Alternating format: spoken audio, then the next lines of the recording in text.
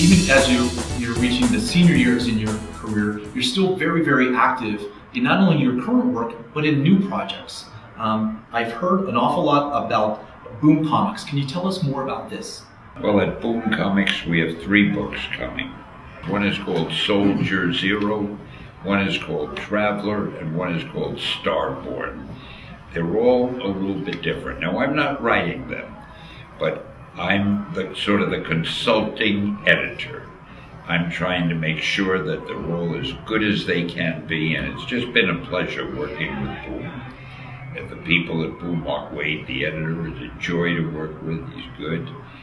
These guys are intelligent, they're dedicated, and they're really great to work with.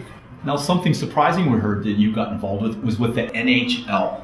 The NHL? Why is it surprising? I'm a great athlete. Actually, it seemed like a great idea. The NHL has 30 teams, and the name of every team lends itself to creating a superhero. And we had the best artists we could find who drew superheroes that would fit into the name of each title. Some of them look like villains. We may even draw them as having little villainous streaks in them, sort of like Wolverine in the X-Men movie, or the X-Men comics, or both. So it's very interesting and it's fun, and I love doing this sort of thing.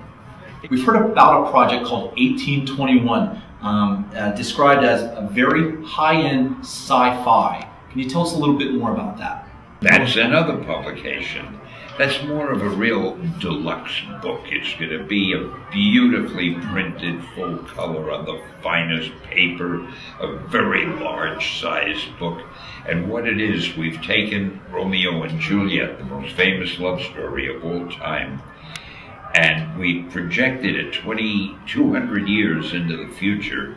And it's really Romeo and Juliet, the war. We've made it into a science fiction, high adventure story, but it's still the greatest romance of all time. Only we could accomplish a thing like that.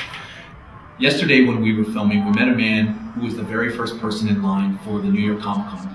He said, "I came for one thing, I came for Stan Lee."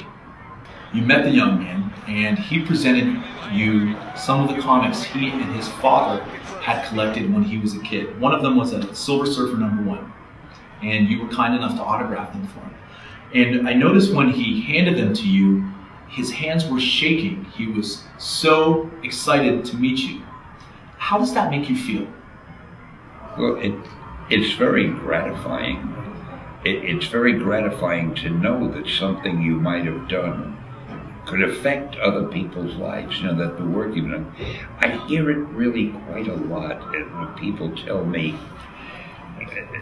they ask for an autograph, and I sign it, and they say, "Thank you." And I say, "Well, what are you thanking me for? I should thank you for even wanting, I'm so flattered you want my autograph." And they'll say, "Well, it's because of your stories that I learned to do this or that, or I was unhappy at home and I read your stories and they made me feel good, and they made me feel that maybe things would be better for me too."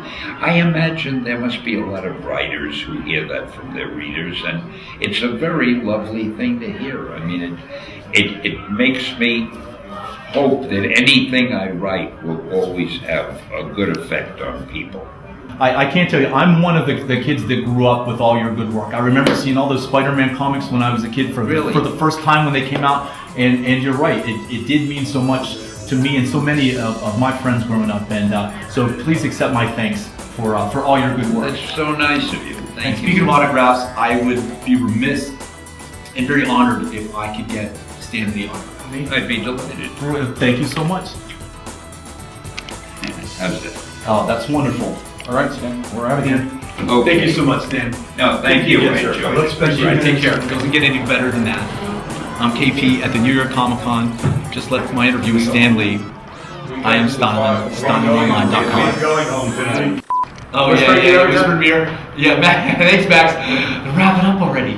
Right? Talking to my bad ears. Ross Ritchie.